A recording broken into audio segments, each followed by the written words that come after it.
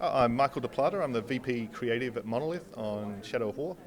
I'm Pollyanna McIntosh, and I play Shelob in Shadow of War.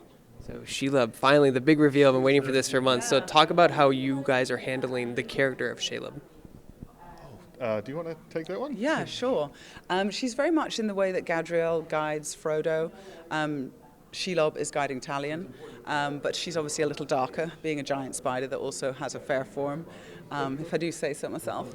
And so she acts as she has these visions, she knows the future, and she's trying everything that she can to encourage Talion to go the right way, which will bring balance to Middle-earth rather than the power being too much in one hand or another.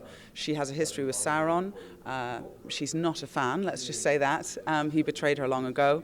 And she now has Celebrimbor, who's Talion's right-hand man and would be his main advisor, were she not in the middle between the two of them, ensuring that Celebrimbor doesn't do the same thing that Sauron would do. He's basically the other side of the coin from Sauron. So she wants balance. She doesn't want all the power in either direction, and she really forces Talion to make very difficult choices, which are essentially for good. So you took some creative liberties here. She can actually transform into human form. Talk a little about that. Yeah, so our sort of approach to Shelob and to a lot of these characters is that they're spirits. They're effectively angels or gods, and that they take on different forms depending on what their needs are in the game. So Sauron, we'd already shown in the last game, could take his fair form when he was working together with Celebrimbor, or his warlike form, which was this huge towering armoured figure, or the form of the Great Eye. And in the same way, Shelob and her mother are spirits of darkness, these elemental spirits. So she can take on the form of a great spider because that's absolutely terrifying, but she can also take on other forms and fair forms if she's communicating to Talion or Sauron as well. Yeah, and I think that the form of the giant spider suits her so well because she goes into that form after Sauron. After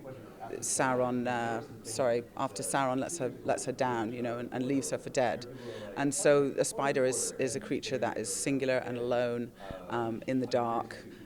In her case, in her cave, and she's really not interested in dealing with humans for a very, very long time, and she's kind of building up this great grief and darkness and resentment and anger, and by the time Talion comes along, that's been her form for so long, and he almost forces her to step into this lighter form in order to guide him, and you see through their relationship and almost a mothering element as well going on there, that some of that resentment is lessened by their relationship and their interactions. So. And spiders as well, of course, are a very strong mythic archetype of Ariadne and Arachne as weavers of fate and being. So in terms of giving the visions and showing the future to Talion, it really brings together those elements of darkness and fate that are big themes within Tolkien's work and in our game as well.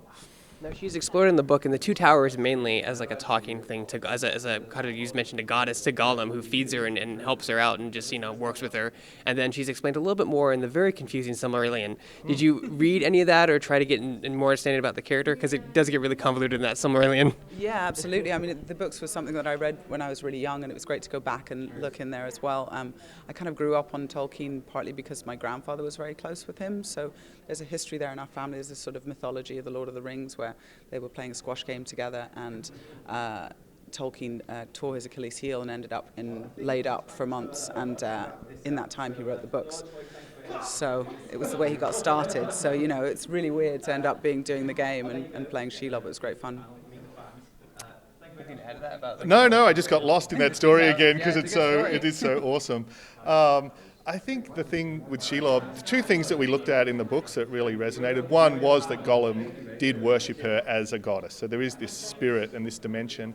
And also, I think thinking about the fact that it's Gollum who ultimately, at the very end of the story, is the one who takes the ring off Frodo's finger and carries it into the fires of Mount Doom and destroys it. Without Gollum, everything that Gandalf and Galadriel and everyone did would have failed, and that she is this weaver of fate and this master manipulator and this prophet that ultimately she's put things together and been the one who's actually saved Middle-earth at the end of Lord of the Rings. So I think staying accurately within the canon of what's known, but looking at it from a different point of view and making her so much more than just being a villain was fun. So as far as the voice goes, when you're in human form, how do you tackle that persona as opposed to when she talks in spider form? Is there a difference? Do you treat it differently? Or? Yeah, you don't hear her voice and see, well, from my experience of doing it anyway, because of course there's so much added afterwards, but you don't, I think if we had just a talking spider, it would have been a little bit awkward and less relatable. So talking animals tend not to work very well. Yeah, it's not Dr. Dolittle. There is no... The lovely thing about it was that there was no need to put a spidery sound like shrieks or anything into her fair form voice because she doesn't need it. So the spider elements that are there, that are present when she's in fair form, are mostly in the way, the character rather than specificity of voice. But also she's got these wonderful teeth and she's got these very hypnotic eyes, And we're not quite Snake in the Jungle Book situation, but they're just, they've got that spider element and that goddess-like element to them as well. Is it more fun for you as an actress to play a villainess or a heroine? I think, to get really pretentious actor talk, it's like you're always your own hero in everything you do, And so, but of course, playing anything with a little darkness to it always makes it more interesting. And I think they've done a really great job in writing this character with wonderfully nuanced. And so, for me, it's just all about the character. Whether they're good or bad, they've got to have nuance, And there was plenty here, so it was great fun. So, and Michael, last question is: how did you go about working with Weta and Lord of the Rings companies to make Shelob a reality? Because we've only seen her in the Return of the King, and then there's 2 official drawings from the Tolkien books, and that's it. Oh, wow. So we just have a really great working relationship with Middle-earth Enterprises, and then of course after the success of Shadow of Mordor, they were just super supportive of us to do whatever we could to make the best possible story that we could, and in particular to bring in some of the most iconic heroes and villains and characters, but portray them in this new way. So I think it really helped that we'd had that success with portraying Sauron in the first game to say, look, we want to repeat that and also look at some of these other iconic villains in a new way. And as you were saying, also even Sauron or Shelob, none of these guys just see themselves as one-dimensional villains. And I think we were always more interested, not in the fact that Lord of the Rings sometimes can get criticised as being this very simple morality tale of just black and white. But in fact, they have these incredible nuanced characters in shades of grey. So like Gollum and like Saruman and like Boromir. And so we really wanted to take that approach, but apply that to these villains as well.